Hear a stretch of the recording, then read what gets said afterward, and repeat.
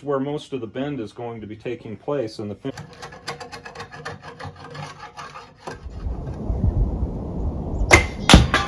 Here's the layout of all the parts of this bow. The glue operation is going to be a rather complicated one, so I wanted to go through the process that I'm going to use to tackle the job. First off, we'll start with the back and the belly pieces.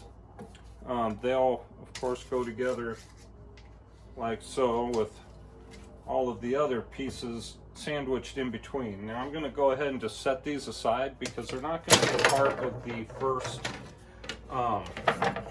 first operation. So what we're going to do is put together the core first and then apply the back and the belly.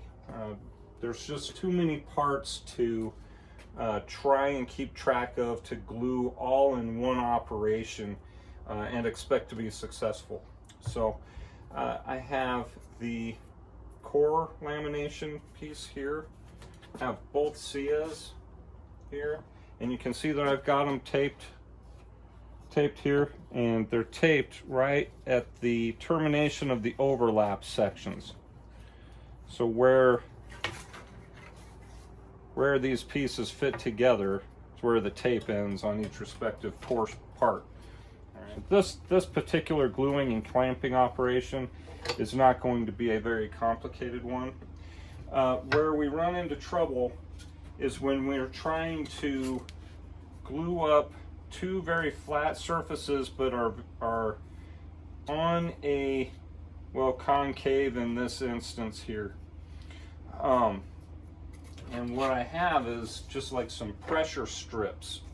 So this is foam from like one of those foam floor tiles like you would put in your gym room or something, just cut into strips. And I'm going to use a strip on the bottom and on the top, and then just a reinforcement piece on this underside, such that when I go about wrapping this with the rubber bands, you know that we're getting good even pressure on this glue joint instead of the potential for smashing it this way. You know, you could potentially curl the wood just like this. I don't know if you can see that. Just like that. Curl it in the gluing process, and then you're stuck with this hollowed out center spot, and we don't want that to happen. We're going to do the whole operation with EA40. This would be an excellent case study for why you should always dry fit or take your glue job for a dry run before doing the actual glue up. My intention was to glue all the parts together and then have a nice flat surface so that I could have everything lined up just perfect, and didn't think about the fact that I would have wraps on the outside edges of the grip area. So, you know, improvised a bit, put some 3/4 stock on either side so I could suspend the section that is wrapped, and then ensure that my SIAs are in fact on the same plane. Took the core glue up out of the clamps and the wraps and whatnot, and everything seemed to go together really pretty well. Keeping the amount of glue in use here on like the SIAs prevented a lot of squeeze out. So kind of maintained these transitions here without having to do too much cleanup work. And you can see a little bit of glue residue into the wood there that needed to be handled. Same with up here in the riser junction, that I had to kind of clean that out with some sandpaper. A little more so down in these areas. But nevertheless, we have a clean core now to work with, minus just a little bit of surface sanding here to make sure we got all the glue residue out of the way, or epoxy residue. And be able to then apply our bamboo back and belly pieces. Let me describe what we're looking at right here. When I dry fit all my pieces together, I've got two things I'm looking at doing. One, cutting off what is my backing strip ahead of where my SIA flattens out. And then I have marked off a line that is about 1.5 inches into the SIA, which is probably a 1/4 inch thick. So I know that I'm into the stiff portion of the non-working piece of the SIA, where I am going to taper out my bamboo pieces just a little bit more, so that when it comes time to gluing everything up, I don't have to worry about the bamboo, you know, form fitting to the shape of my SIA, number one. Number two, not being so stiff that it tries to, you know, leverage my glue joint on out into the working limb by way of just being stiff to manage out here.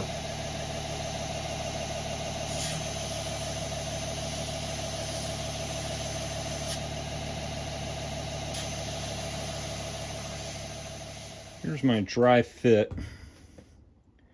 I had to use actual clamps to get everything tightened down at the transitions of the riser, but you can see that there's very minimal gapping. This will all wrap down tight with the straps or the rubber bands when we go to put it all together. So I'm confident that I'm going to get a good transition at my riser.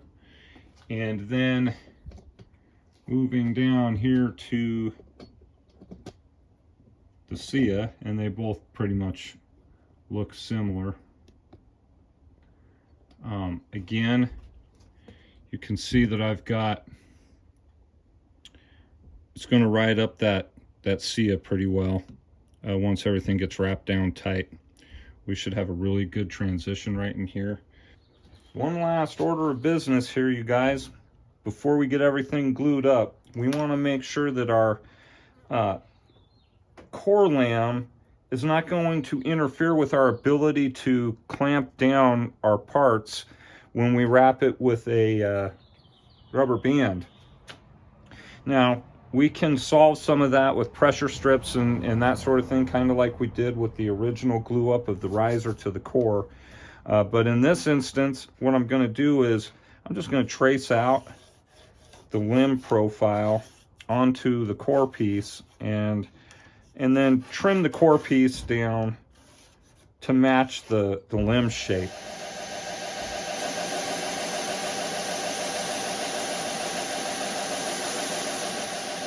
This is the part where in your mind's eye you start seeing all of the pieces come together. Everything is shaped, milled out, ready to go. I've got them laid out, my back, my core, my belly. The core piece, as you can see, we've shaped out, and it's starting to take on that pyramid limb profile. So everything at this point is starting to take shape, and at this point, ready to glue.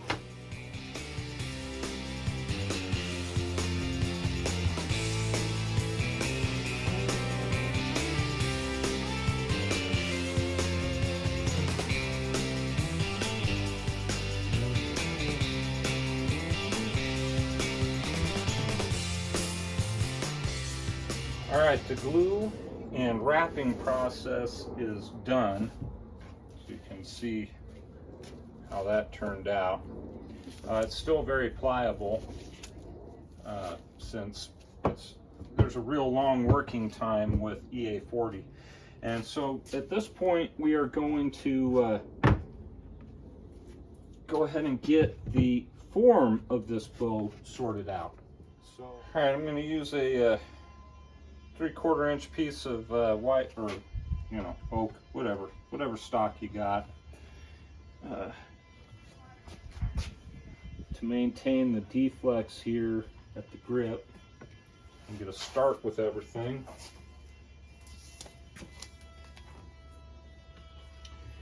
do is really just secure the grip down. So this is going to keep everything situated on the jig here. These guys here. And this bow is very pliable at this point. So no issue getting these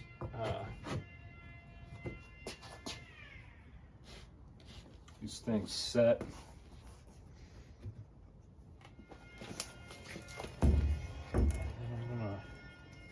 Pretty much start here where I ended the main wraps and wrap to about mid-limb here. The further out I go, the more concentrated the bend goes to the tip. So I can give a more recurved kind of profile to this bow the further out I go.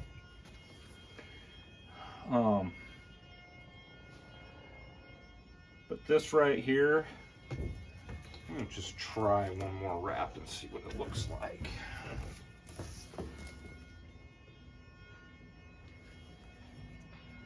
I think I like that profile right there. All right, hopefully you can see this. This is going to be the working profile.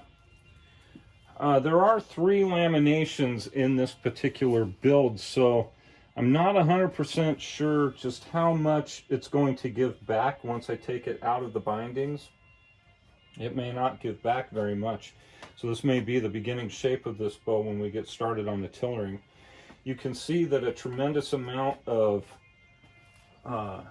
flex is occurring right out at the Sias, which I kind of like, actually. I think that's kind of cool. It'll give me a nice string angle at a long draw for a short bow. Unwrap a bow, it's like unwrapping a Christmas gift. Oh yeah. I knew that the shape was pretty much going to stay consistent. This is what you can expect out of a tri-lam bow. In comparison to a bow with a single glue line, which would just be like a back and belly scenario.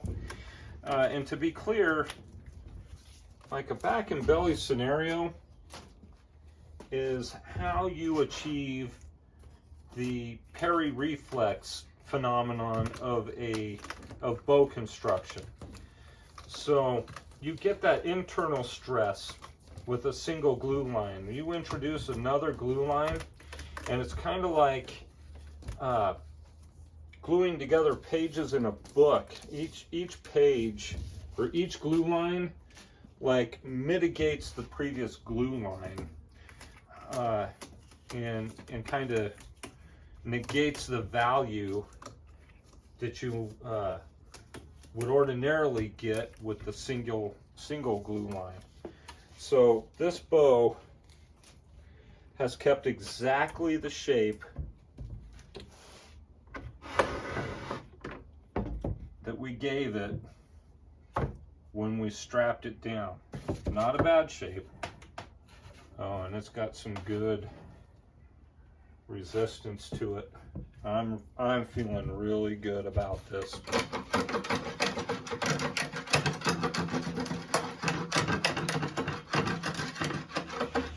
All right, she is all cleaned up, ready to go here. And you can see the glue lines. Got real good transitions here between the Sia and the core, and on down the way to the riser, and real good, just the whisper of a hair of a glue line right there, and then on out to the other Sia here. You'll see another really good transition. I've got it set right to the front of the workbench on this end, and on the front of the workbench on the far end. So here we are. You can kind of see the reflex we're dealing with, or the net reflex.